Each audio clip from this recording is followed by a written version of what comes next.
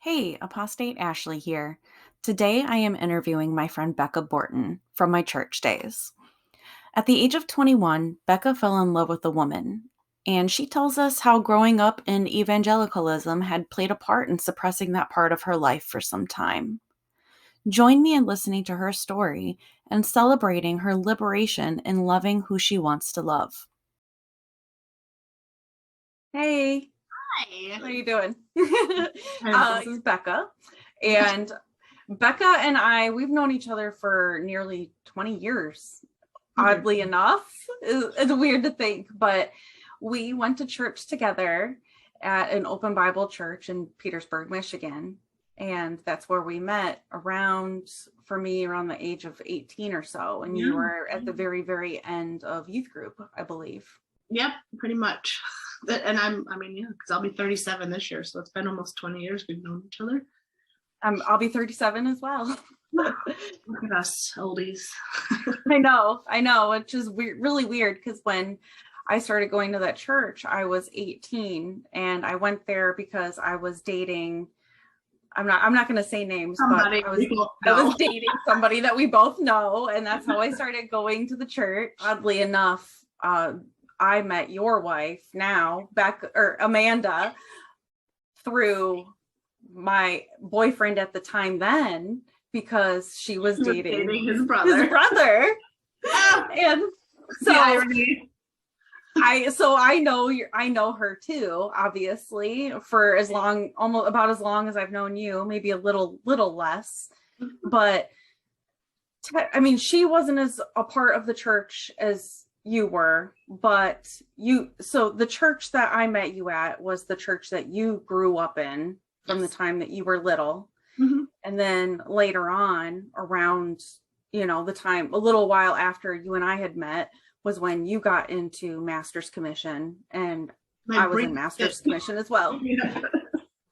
So we have that connection of Master's Commission. We weren't in it at the same time. Our teams did travel together, but we do have that common understanding of the Master's Commission at that church, and just Master's Commission in general. Sure. Too. So my involvement was more probably, I had my brief stint in Master's. I was very familiar with Master's Commission. But the bulk of my experience in the church was with the college and career group, and then playing on Thursday nights. Which college and career is very similar to youth groups, but for like 18 to 25-year-olds or so, like college age. And I actually really liked college and career. It was a really cool group of people. Yeah, I thought for the most part, it was a pretty cool group of people. I remember you going to that pretty faithfully every week. Oh my goodness. And my life, definitely every Sunday. Yeah, that was my life for quite some time. Yeah, you said you played the piano for the worship team on Sundays. On Sundays, every Sunday, I would play the piano. From the time I was probably like 18 to like 25 was probably, I think, when I was done. So okay, that's a lot of Sundays. So what's your earliest memory of church? Oh gosh. I was young. I was a kid. Probably my earliest was back when I was in like first grade. We did like this Wednesday night, like little kids. It was called Pioneer Club. And my mom was actually one of the teachers for it. It was just like obviously geared toward kids, and obviously lessons based on the Bible. And then they would I remember them having like this big like celebration at the end, and there would be candy and just stuff and little games. I loved like the culmination, the end of it, and the big hoopla that they threw. So that's probably like my earliest that I can really recall somewhat vividly, or at least not too vague. Would you consider yourself back then, in your adolescence and teenage years, to have been a very genuine believer in God and Jesus? Yeah, obviously not every specific denomination has their, their theology and their kids and young folks. And because that was my life. And I mean, that's where my friends were. That's where, a lot of people knew me my whole life. It was just kind of came with the territory. That was what we did. That was our life. Sundays and Wednesday nights. And then Thursday nights, I played some sports in school, but I didn't really do anything with school friends or anything. I didn't have school friends. That was my life. Church was my life. So that's what I was going to ask were the majority of your friends from church? Yes, I would say as far as like friends that I spent time with, the most time with, yes, they were from church for sure. And so we all kind of had the same beliefs that we were taught and brought up with.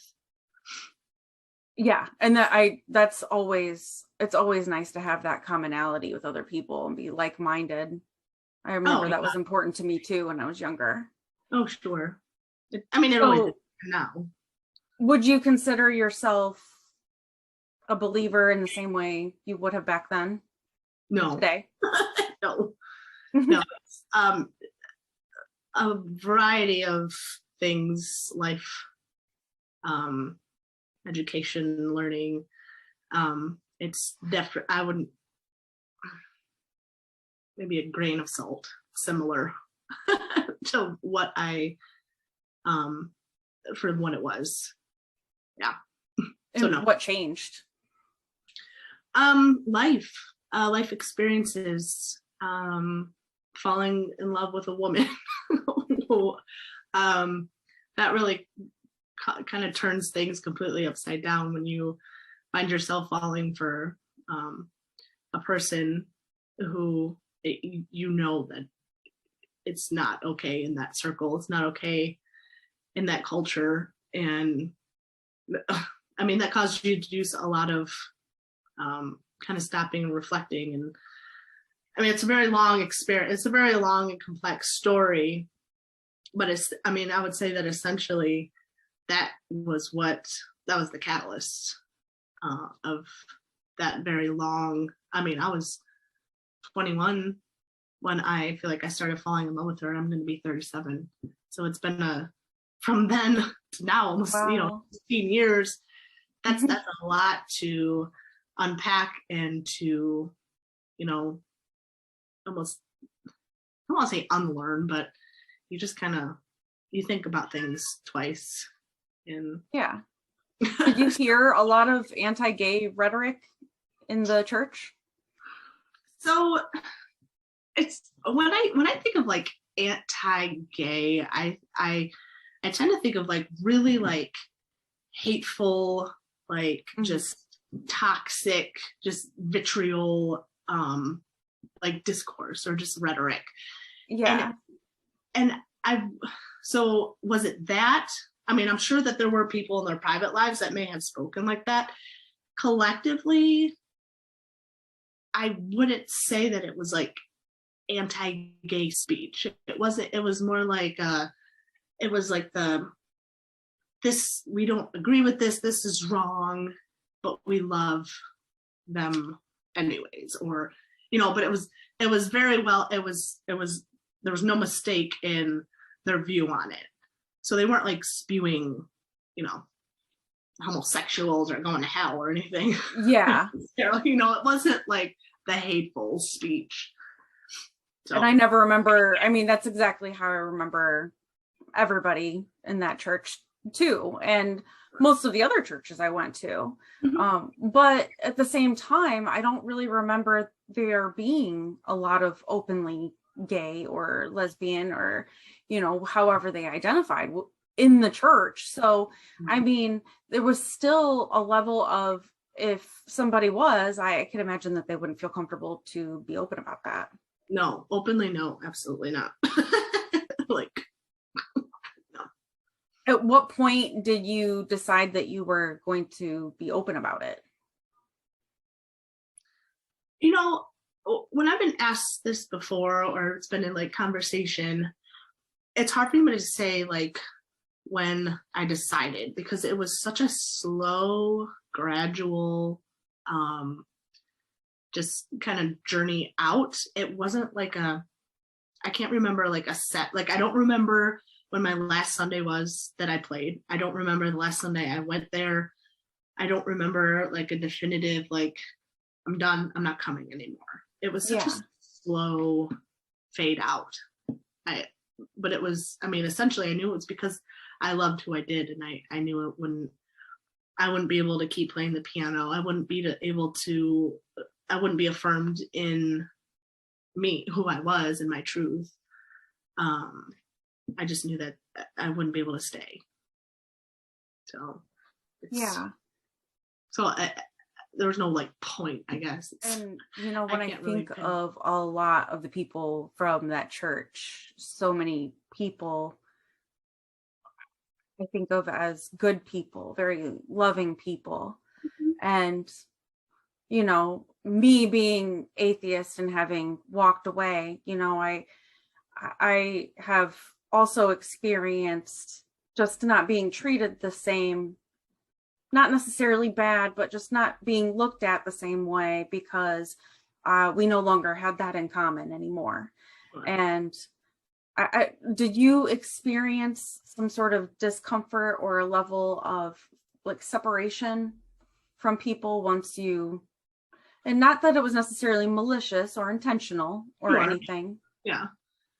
I mean, I think because, being in that church, in that belief system, there is that kind of sense of tribalism, if you will, that we all believe the same way. That it was kind of like, once I knew that, at least so at this point, at that point early on, knowing that I couldn't stay, I knew that was probably, I just knew that there would be further disconnection, because I knew I wouldn't be able to that in common with the rest of the church there, and how they viewed my truth, essentially. So I just, it wasn't malicious. It was just kind of it was just known. I just knew. Yeah, you just knew what was in the back of their mind, basically. Sure. How they thought of you, how they viewed you now. Yeah. I was a staple every Sunday morning, and I knew that I wouldn't be there anymore.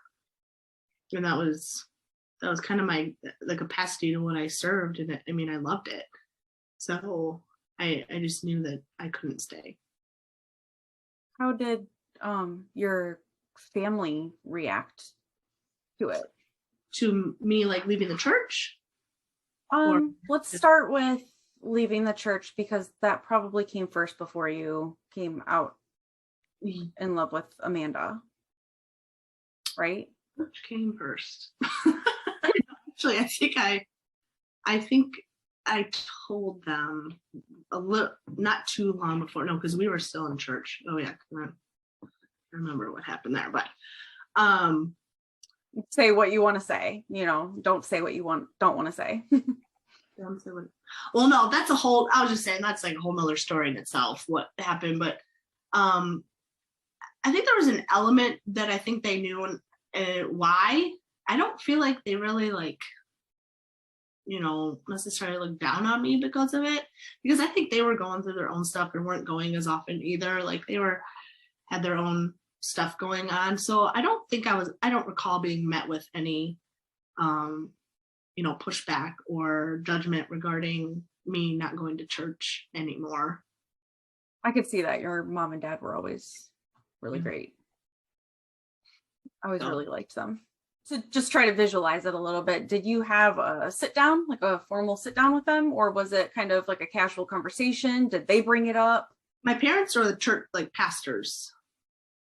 What are you talking about, my parents? Your parents, your family.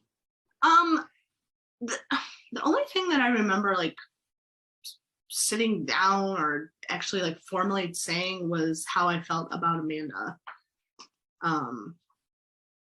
And like I said, I think they were just kind of on their own. And like, they weren't as involved in the church as they used to be. So I think it was almost like we were kind of fading out at the same time, in a way. So I don't think that you've completely lost your faith in God, right?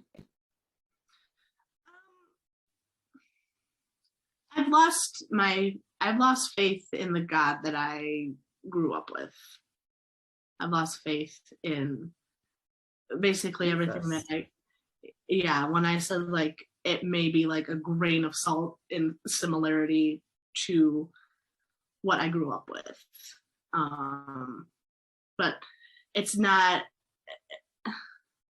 it's very personal. It's a very personal, it's funny because I don't even know if I call it like faith as much as like spirituality or, you know, being a mystic or whatever. It's not even like a claim, you know, to be a Christian or anything like that.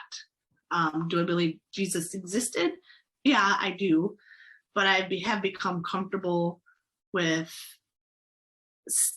the I don't knows of a lot of the, you know, did he die and raise again? Did he do all these miracles? Kind of cornerstone stories and things that, you know, Christianity and especially like evangelicalism, all those cornerstone faiths and things that are very important to the faith. Like I've become very comfortable with holding it very open-handedly and saying, I don't know, maybe not. But it's not, don't play into my whatever belief that I have in a higher power now. So like it's not a playing part in, you know, in what I believe necessarily. So you'd say that especially because of falling in love with a woman and you know, having that gradual leaving from church, that you're definitely more towards the progressive side, if anything. I mean, you and I have talked, and you definitely rid of a lot of the hateful context that's within the doctrine. Sure, and I know that there's always sects of it that are hateful. Mm-hmm. For me, I feel like where I come from, a lot of it is more harmful than hateful. Because harmful than hateful. What do you mean by that? It's because how you even said like so many, you know, of the people that you remember from the church and how very kind and warm and loving they were, and they still are. I've bumped into a number of them, and they're still very kind and very happy to see me, and I believe them. I believe that they're very genuine. Yeah. But that's not hateful, but the bad theology that they espouse and kind of you know, teach in those churches, or when push comes to shove and they were questioned, they're not going to rid of that biblical belief, right? Like I say, because if they do, they're not going to believe it in its entirety, right? So I say harmful because it's having somebody who you know loves you and does want the best for you, and they are genuine, kind people. But again, like the theology that they espouse is harmful to someone like me and like young LGBT youth who feel this way, and this is their truth, but their tribe is basically saying, and they know it, like, no, that's not okay. Like, you have to change, or you're not going to be able to play the piano on Sunday. Or it's just simply considered a sin, you know, the fact that they don't understand that it's not just naturally who you are, and having very little education on the whole, just there's so much to learn, the whole spectrum of it. Yeah, there's so my world was just like blown open, my eyes, my mind, just at the amount of kind of, I don't know, disinformation, or like just the lack of consideration for other scholastic academic like material that was out there to basically say otherwise. Like, no, but wait a second, like we need to read the Bible in the right context and you know, the concepts at the time, and you know translation of the words in Greek and Hebrew, and then into English, which English is probably just the worst language to try and translate into, because you're gonna miss something along the way. And I think that's kind of what happened. So just mind. There definitely was, but I mean, also at the same time, it was written by illiterate men to begin with, and after being passed down by word of mouth. And they were dehydrated, I'm sure, half the time. Dehydrated. I mean, they probably were. I mean, most of the New Testament was written from a jail. So, I mean, you can only imagine, I'm sure. I think I liked how in our text conversation last week, how you made the distinction that like progressive Christians, like they cherry pick, but they cherry pick for the right reasons. Yeah, they do. I think so. Because it's like, they're not like anti-gay. They're not, they rid of like the racism and, pro-slavery stuff in the Bible. And they just basically rid of all the hateful stuff. So it's like they cherry pick for all the right reasons. If you're going to cherry pick, then that's okay. You can do that. Yeah. In that context, it's okay to cherry pick. I would agree with you, which is why I think I feel like that there is a purpose for the progressive Christians, because like I shared with you, like Christianity is not going anywhere. Like it's not going to go anywhere. No, I don't think so. It's like unfortunately, like you have to like make your peace with that. Like it's not going anywhere, and then choose. At least not in our lifetime. At least not in our lifetime. So it's like almost like for me personally, my internal kind of my internal path over the last 10 years or so. Obviously initially in my deconstruction process, it was extremely hard. Like, oh my gosh, it was so overwhelming. And at this point now that it's like, okay, I have no beef with progressive Christians. I think that there's a place for them. I think there's a purpose for them, because they're the ones that are welcoming these people who grew up with harmful theologies, people like myself, people like I believe even you, who you would say, I don't believe in this, that they would welcome you with open arms and wouldn't try to change you. Like, in my opinion, I don't think they would. That I think that there's a place and a purpose for them. And I think so too.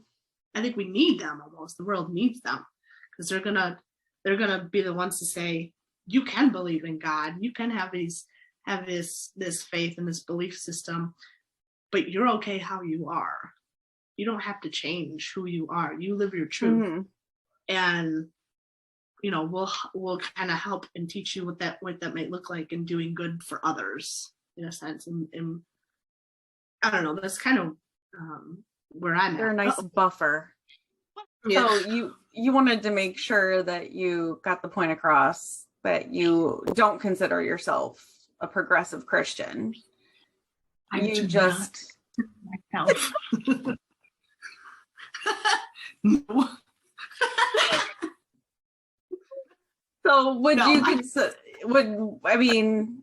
I don't know if I want to press too much, but you don't consider yourself like an atheist like I do, right?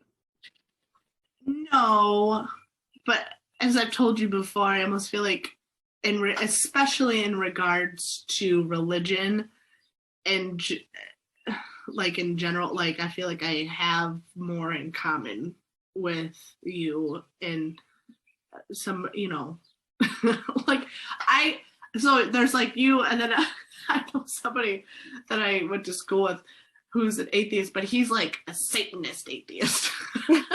Like there's like, and obviously I know it's the same, it's probably similar to, people's, levels of faith and what they believe in or what they don't believe in, but it's just, I guess funny, it depends on what kind, because there's like the Church of Satan and the Satanic Temple, and like the Satanic Temple, they're basically just atheists there, and it's like satire. It's a satirical thing for them, kind of like mocking as a coping mechanism. So some people like to do the rituals in a mocking way. Sure, right. And I think I get those vibes from things that you shares. But at the same time, I don't disagree with a lot of it. So that's why I say like it's like I almost have more in common with somebody who says, who says they're atheists and that's what they've come to, what their journey has led them to. And I think part of that is because I understand why for a lot of reasons, like whether it's, you learned a lot and you're like, through, in your theology classes in school and you're like, wait a second. Or, it's like, That's exactly what it was. Like, wait a second, what did I get myself into? Minute. The whole earth, I don't know about that. This is basically all happening in the Middle East. Like, It's true. It's like all in like one little circle. Like, here's where everything that happened in the Bible. The whole earth be damned. They didn't know what was going on. They couldn't see beyond the whole world. So whether it's between that, and or just, I mean, that can stand alone, but between that and the way that I feel like far too many people are treated, and I understand why people become atheists. Like, and it makes sense to me. I just, like I said, my whatever semblance that I have inside, it's like strictly personal. Like I'm not espousing the Great Commission. I'm not like that's like not even, it's not a part of like whatever it is I believe. I just believe there's some kind of divine, and I don't know what, but it's just very much, I would never try and get somebody else to think or believe the same way, and I would never be like, no, but look, Ashley, this is why you need to believe this. I would never like, I have zero desire to do that. It's just very much for me. Mm-hmm. And it works for me. Do you still pray? No. Mm-mm. Not really. Do you believe in hell? That's one of those things that at this current juncture that I am holding very open-handedly, very kind of like, I don't know. And part of that is it was recently come across, and I know I shared with you before that any reference to the word hell, like what the actual words, pre-translation in the Greek, what is it, the Greek? There's a Hebrew, there's an Aramaic, and 2 Greeks. See, look at you, you're so smart. but like how the bulk of them are all like an actual place, and Gehenna was right. Gehenna, like, yep, that's the Aramaic, yep. Yeah, it was an actual place on earth at the time, and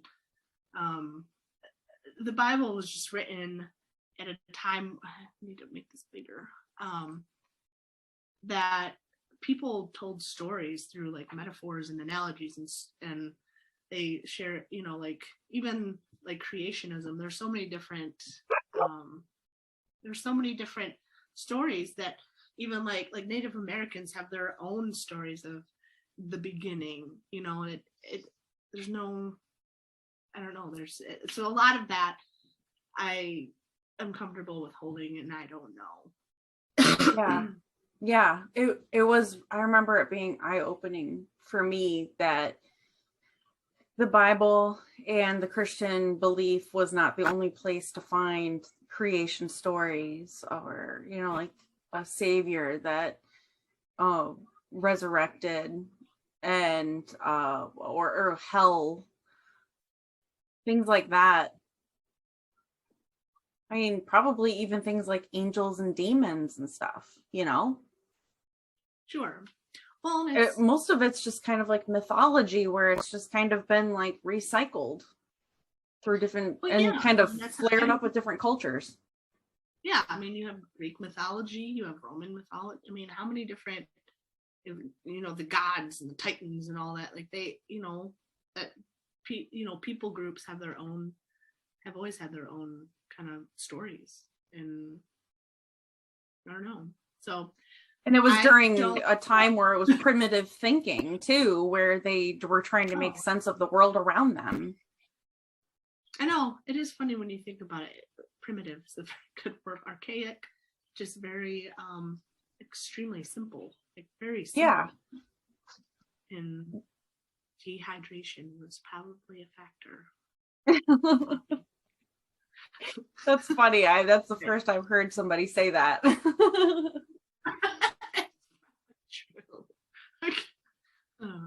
They probably were out in the desert. Yeah. And who knows how clean their water was. It probably was just rank with E. coli. Anyways, we digress.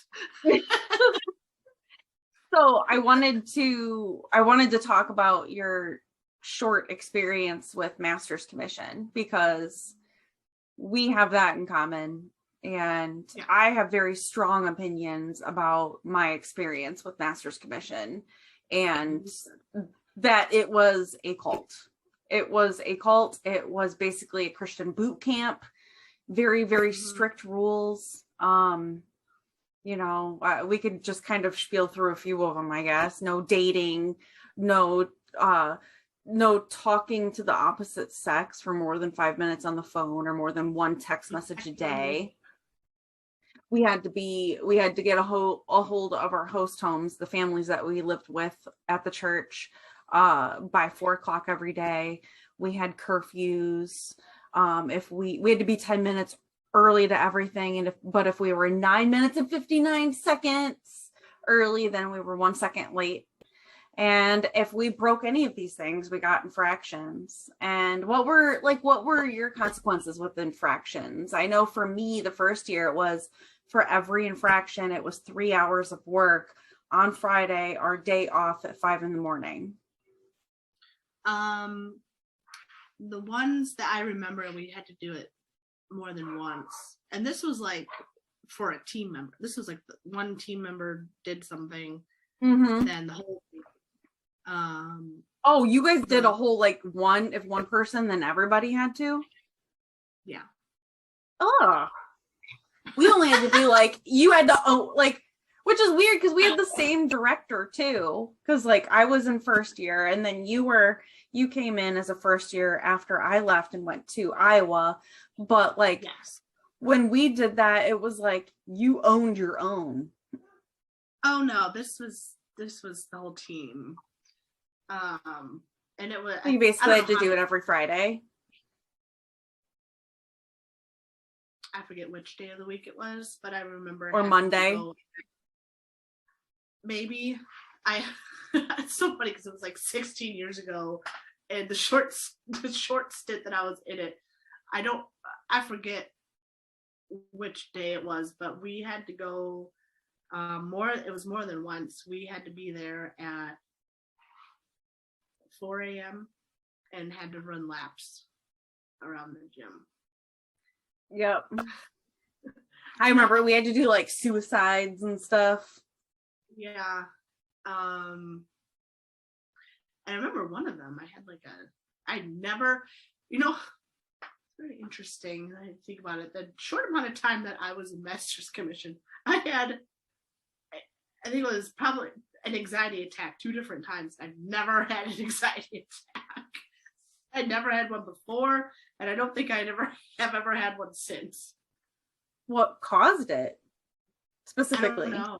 Well, the first one was while we were doing the running, and it wasn't just because I was out of breath. Like, I knew something was not okay. Like, and then the other one was when we were in New York, and we were in a museum, and I had one.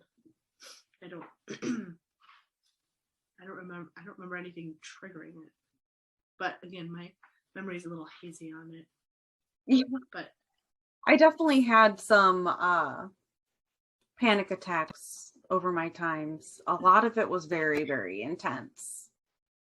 And we had themed weeks. Yeah, I did a theme week, the humility week. I had to wear somebody's very sweaty sweat clothes. Wait, they weren't washed? No. They were he had Did he get them from the free store there at the church? No, these were fellow members. Really, the tall guy. I don't want to say his name. The tall one. Yeah. Okay. And he had worked out in them, and I had to wear them. Oh. I remember we weren't allowed to brush our hair, do our makeup. He really wanted to get me on the looks and stuff, because he knew that I liked doing my hair and my makeup and looking decent and stuff, and having to shower every day and doing all that stuff, and and I was apparently selfish, and so I had to do absolutely everything for one of the other team members who had to be quiet and not no, those were other people that couldn't talk, and they had to write everything down on a piece of paper because they talked too much. But the other person was like kind of paired up with me because she had a hard time asking for help. She had to have her hands tied behind her back and fall around me and ask me for help, and I had to offer her help. And oh gosh, and then embarrassing outfits that we had to wear. Okay, so you probably didn't go through a whole lot of the themed weeks because you were only there for 3 months out of the 9 that you're normally there. But I know that for you, it kind of got a little bit intense. There was another student who was one of my friends at the time back then. She was a mutual friend of ours who had quit at the same time as you. She had kind of backed you up and kind of supported you. So you had kind of a falling out. There was a weird situation that happened there at Masters, and I'm curious if you want to talk about it. Yeah, basically we were, it was human video practice. I was supposed to be. So for anybody that's watching that doesn't know what a human video is, just in your words, describe what a human video is. It's basically like creating a music video that's spiritually themed to a song. Like you have working characters and things like that. A part you're supposed to play. Sign language sometimes. Dancing. Dancing. Basically acting out to music. And we would practice these dramas. And we would, because as a master's commission, we would travel from church to church, basically doing the whole church service with the sermon, the drama, and we would have testimonies. So on a regular during the week, we would practice the human videos. So you were practicing a human video. Yes. And me, who I'm a nice person. Like I am not I was supposed to be playing this evil demon, which is so like the whole other spectrum of me, an embodiment of anything close to being me. Not to say that anybody who plays it well has whatever. But apparently I wasn't acting evil enough, and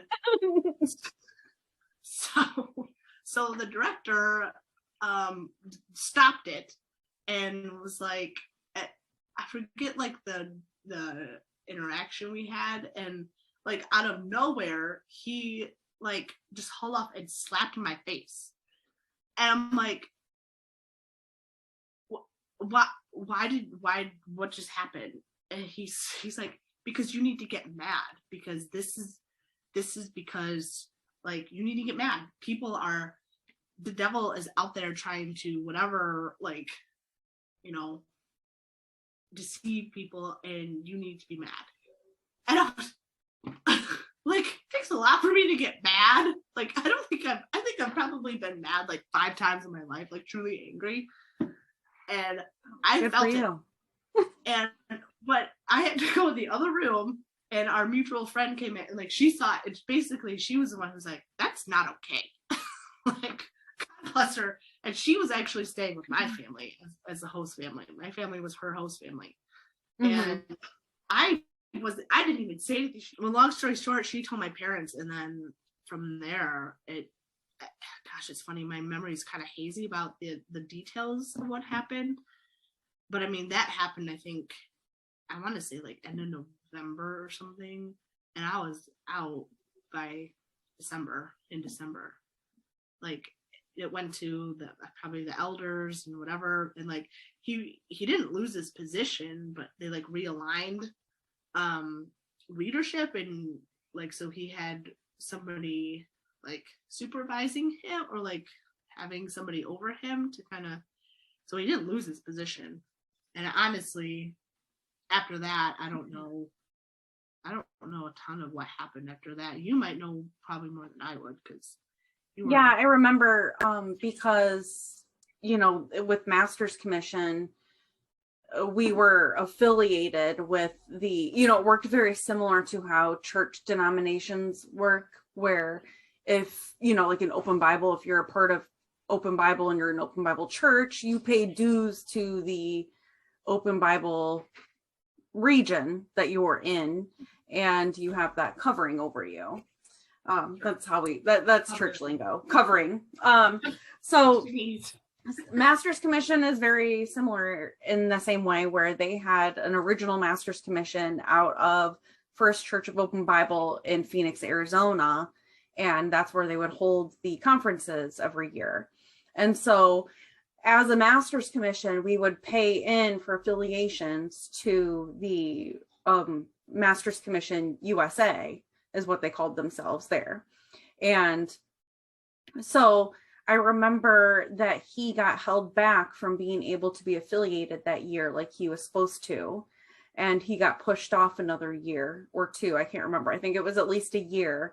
And we were there at the conference. And I remember it was a big thing. His parents were there for support. And they, you know, they would do this big performance every year for all of the affiliated Master's Commissions, where they would put like all of their flags of all of the states, like the different Master's Commissions, and put this big performance on. And I remember they were standing there crying and very emotional that their name wasn't up there. They weren't getting the affiliation. And I remember the whole demeanor around the whole thing was just kind of like, how could those two do that to them? Meaning you and the other girl. How could you guys do this to him, to call him out and get him in trouble with Master's Commission USA? And that's how everybody responded. I know, and like, my involvement was so, I wasn't even involved. Like literally, I don't recall. Again, I don't remember details. I don't remember if anybody even like asked me what happened, or like, it was all very off to the side. I don't even know who reported it. I guess I thought it was the other girl that. It was. She told my parents, and then my parents, probably my dad, brought it to the proper authorities. Okay. Church. That's what I'm assuming happened. Yeah, because I do remember him having oversight by one of the other staff pastors at that church for quite a while. And I think that he had, I don't know, I still am not sure how I feel about, sometimes I feel like as a person, I liked him. I thought he was an okay person. I just feel like he was very, very, very indoctrinated. He had also grown up in that church, came back and started a master's commission. And he had gone, so within Open Bible, there were 3 master's commissions, but like most of them were Assemblies of God, you know, and Open Bible is really similar to Assemblies of God.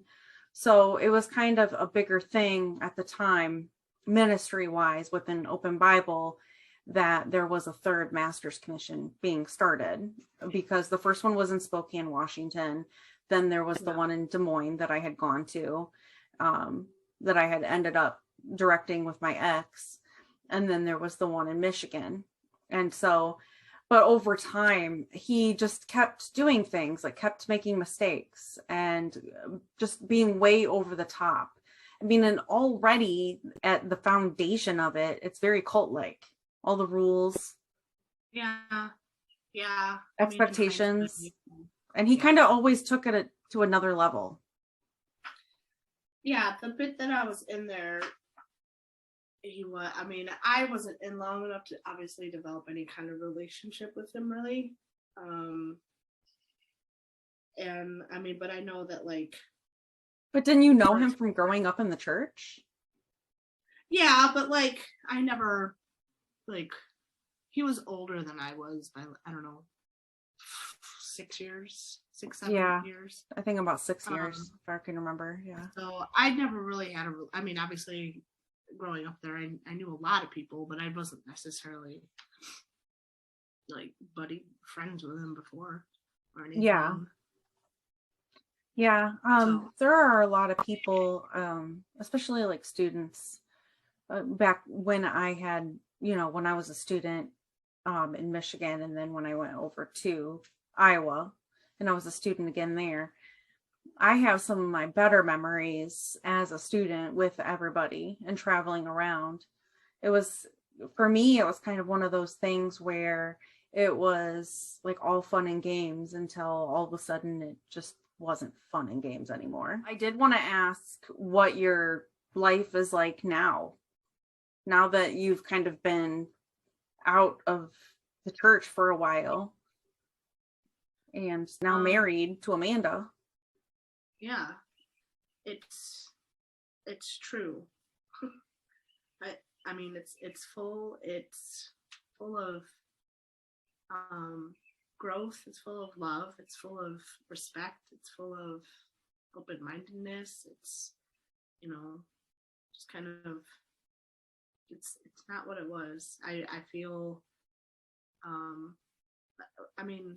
the only way that you can know when you're living your full truth is to just know, like, kind of that knowing, I have that knowing inside of me that, the fullness that it brings, living your truth and living it fully with somebody that loves you unconditionally and fully. And we both do. And, just kind of supporting each other through our own processes. She's had her own process and journey with, faith and self-awareness and reflection, and it's not identical to mine. So it's true. My life looks true and full. I like that. So, what advice would you give to someone who's maybe young, like a young adolescent or teenager who is somewhere in the LGBTIA plus community, and they're in church and they're growing up in a religious family and they cannot be open about it? I would acknowledge how scary and hard it is. First of all, even today, that there are people out there who can be reached out to. Like, if you know somebody, there's probably a good chance that person has experienced a similar experience that you've gone through, that kind of hardship and that kind of disconnect, and that just how much of a it feels like a mind fuck. Like that there are people who have gone through something similar, and to be brave and to be strong, and to reach out. Gosh, I couldn't imagine. It's just so hard. I mean, I know somebody who's in a similar situation, and I can't imagine even now just how hard at such a young age, because at that age, in hindsight, when I look back, I think, oh my Lord, yeah, I was gay, but like being in it and like even having the awareness, like that in itself is brave to even acknowledge that,